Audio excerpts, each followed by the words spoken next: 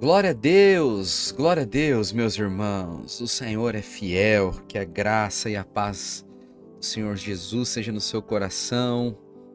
Esta segunda-feira, a semana já começou ontem, que é domingo, hoje é o segundo dia já. Glória a Deus, porque nós estamos iniciando a segunda semana de lives nesta manhã, onde nós estamos falando sobre unidade, onde a gente falou sobre o poder da comunhão, sobre a importância de estarmos juntos. E o meu desejo aqui é te convencer. Você sabe, nos tempos da palavra de Deus, a maneira como as pessoas se convertiam era muito diferente da forma como acontece hoje. Hoje as pessoas elas respondem um apelo, né? Quem deseja receber Jesus Cristo como suficiente Senhor e Salvador. E após isso, elas se conectam à igreja e elas aprendem como é a nova vida, né? Então eles vão descobrindo ali a maneira que agrade o nome do Senhor para que possam viver as suas vidas. Nos tempos da Bíblia era diferente. Não existiam os apelos como existem hoje. Essa questão de fazer apelo no final do culto, ainda mais apelo de salvação, é recente, há 200 anos talvez. Mas nos tempos da palavra, as pessoas eram convencidas pela quantidade de argumentos que eram apresentados para elas. Então, funcionava mais ou menos assim. As pessoas pregavam, Jesus pregava, os apóstolos pregavam, e no final daquele sermão as pessoas diziam: é isso faz sentido, isso tem sabedoria do céu, eu creio nisso. Então as pessoas eram convencidas pela mensagem. O desejo do meu coração durante essa segunda semana é te convencer pela palavra. Não quero convencer você pelos meus argumentos naturais, mas pela palavra de Deus. Hoje é o 9º dia de 21 dias de oração, de estudo da palavra, e nessa segunda semana não é de jejum, é 21 dias ou segunda semana de comunhão. O meu desafio é você ter comunhão com alguém. É de você estar com algum irmão, alguma irmã e fazer uma foto, estar junto com essa pessoa. Talvez você esteja participando aqui do nosso projeto e nem é aqui da nossa região, não congrega na nossa igreja local, mas eu quero te desafiar a participar comigo. Chama alguém para ter comunhão com você. Ao invés de a gente fazer o jejum nessa segunda semana, nós estaremos em comunhão uns com os outros. E hoje eu quero falar sobre a glória do corpo de Cristo. Sabe por quê? Porque a igreja não é uma coleção de indivíduos. Não é um ajuntamento de pessoas que se reúnem todas as semanas para aprender teologia ou para cumprir as suas responsabilidades religiosas. Não. A igreja não é uma coleção de pessoas, a igreja é o corpo de Cristo. Não é um clube de afinidades, a igreja é um organismo vivo, onde os membros são conectados uns nos outros, onde a vida do Espírito Santo flui quando esses membros estão juntos. Você pode ter uma coleção de selos, eles podem ser muito parecidos, eles podem se encaixar em um mesmo álbum, mas cada selo tem a sua própria história individual. Juntos, sim, eles compõem todo um álbum, mas esses selos não têm vida fluindo um com o outro.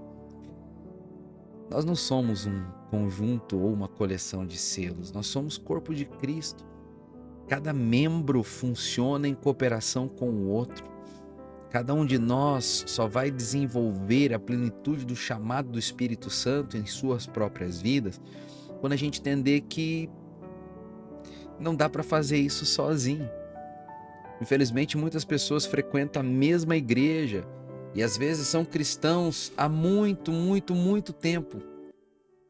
E esses mesmos irmãos ainda não aprenderam a ser corpo de Cristo.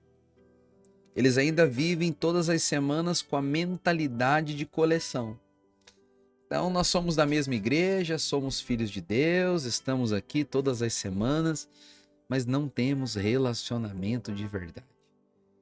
não temos conexão, não temos proximidade nenhuma. Deixa eu te dizer, isso não é cristianismo, isso não é igreja. Paulo, lá na primeira carta que ele escreve aos Coríntios, capítulo 12, eu queria que você pegasse a sua Bíblia, e é esse o texto que eu quero meditar com você hoje. 1 Coríntios 12, 12. Vou ler até o verso 14, ok? A palavra de Deus diz assim, ó. Porque assim como o corpo é um e tem muitos membros, e todos os membros, sendo muitos, constituem um só corpo, assim também com respeito a Cristo. Pois em um só Espírito todos nós fomos batizados em um corpo, quer judeus, quer gregos, quer escravos, quer livres, e a todos nós foi dado a beber de um só Espírito, porque também o corpo não é só um membro, mas muitos. Veja só, um corpo, muitos membros, mas um só. Ainda que diferentes, um. Ainda que vidas totalmente diferentes uma das outras, um. E por que Paulo gosta de usar o exemplo do corpo para dizer o que é a igreja? Para nos ensinar verdadeiramente o desejo do coração de Deus, é que a gente possa expressar quem Ele é através da unidade que vai existir na nossa vida. Você sabe que enquanto a gente não aprender a viver como corpo de Cristo, a vontade de Deus não vai ser estabelecida na terra. Enquanto você, na sua casa, não entender a importância de viver em unidade como corpo de Cristo, as pessoas da sua casa não vão experimentar de salvação verdadeira, não vão provar de transformação genuína. Por que o corpo é importante? Porque quando o corpo está conectado, o sangue flui de um membro para outro. Todos os membros são alcançados pelo sangue. E o sangue corre em todo o corpo. Se você arranca o dedo, aquele dedo para de receber o sangue, a vida. Aquele dedo vai apodrecer, vai morrer. Nós precisamos entender a importância de vivermos em unidade, a importância de vivermos juntos. Nenhum de nós pode viver de maneira isolada. Não existe esse negócio de é entre eu e Deus. Ninguém tem nada a ver com a minha vida. Isso é uma mentira. No dia que você foi alcançado por Jesus, Ele colocou você dentro de um corpo chamado igreja. E se você diz que serve a Jesus e não quer saber do corpo dele, na verdade você não entendeu nada sobre Jesus. Imagine a mão fora do corpo, desconectada, dizendo: eu só obedeço a cabeça. Lembra daquele filme, A Família Addams? Não sei se era um filme, uma série, o que era aquilo. Tinha a mãozinha. Muitos irmãos vivem como mãozinha da família Addams. Eles acreditam que é possível viver uma vida com Deus de maneira solitária. Não funciona assim, gente. Nós devemos viver em unidade. Não em uniformidade.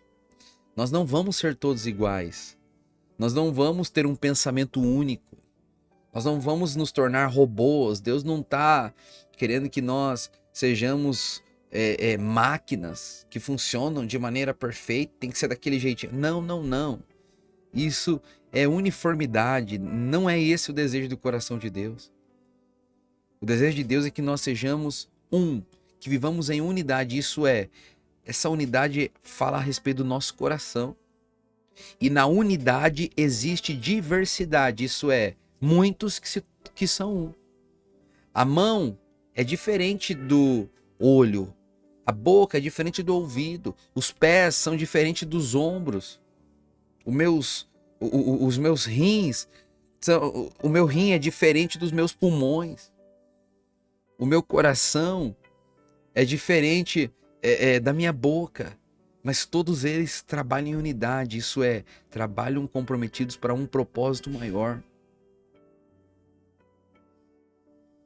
É muito triste, eu sou pastor e é muito triste quando eu vejo que existem irmãos que não entenderam nada sobre o corpo de Cristo. E por isso eles vivem como amputados.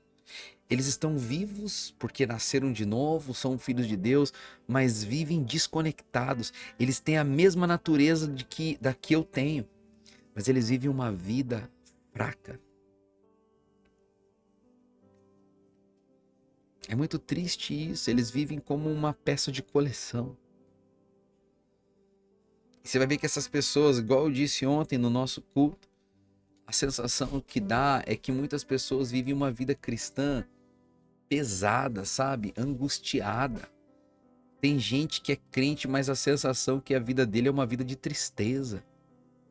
Oh, meu irmão, você precisa entender. A Bíblia diz que nós somos batizados em um só corpo. Nós somos colocados em Cristo.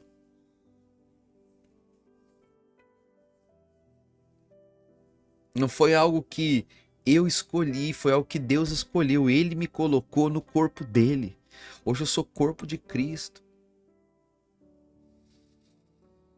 Desde o momento que eu recebi Jesus na minha vida, eu me tornei um com os meus irmãos. E a vida da igreja, ela é difícil mesmo, é como uma família natural. Eu não escolhi nascer na casa que eu nasci. Eu não escolhi os meus pais. Foi Deus que me deu a mãe que eu tenho, foi Deus que me deu o pai que eu tenho. Do mesmo jeito foi Deus que me deu os meus irmãos. E às vezes, numa família normal, vai ter problemas, vai ter dificuldades. É assim na igreja também. A igreja, às vezes, a gente vai se decepcionar, às vezes a gente vai precisar se afastar, mas o vínculo permanece porque somos família. Você pode ficar anos sem falar com um irmão seu, mas nunca vai deixar de ser seu irmão. O sangue não muda. E na igreja é assim. Nós somos família de Deus. O Espírito Santo não perguntou se o judeu queria ser da mesma família que o grego. O sangue de Jesus simplesmente nos uniu em um só corpo. Enquanto você não aprender isso, você não vai viver tudo aquilo que Deus deseja que você viva. Nenhum membro tem sentido sozinho. Lá no versículo 15 de 1 Coríntios 12, a Bíblia diz assim, ó, olha só esse texto, que incrível. Se o pé disser, eu não sou mão, então eu não sou do corpo, nem por isso ele vai deixar de ser do corpo. Se o ouvido disser, porque eu não sou olho, eu não sou do corpo, nem por isso deixa ele de ser. Se todo o corpo fosse o olho, aonde estaria o ouvido? E se todo fosse o ouvido, onde estaria o olfato? O que Paulo está dizendo aqui? Que se você fosse chamado e salvo pelo Senhor para ser solitário, aonde estaria a glória de Deus? Ou como Deus seria revelado?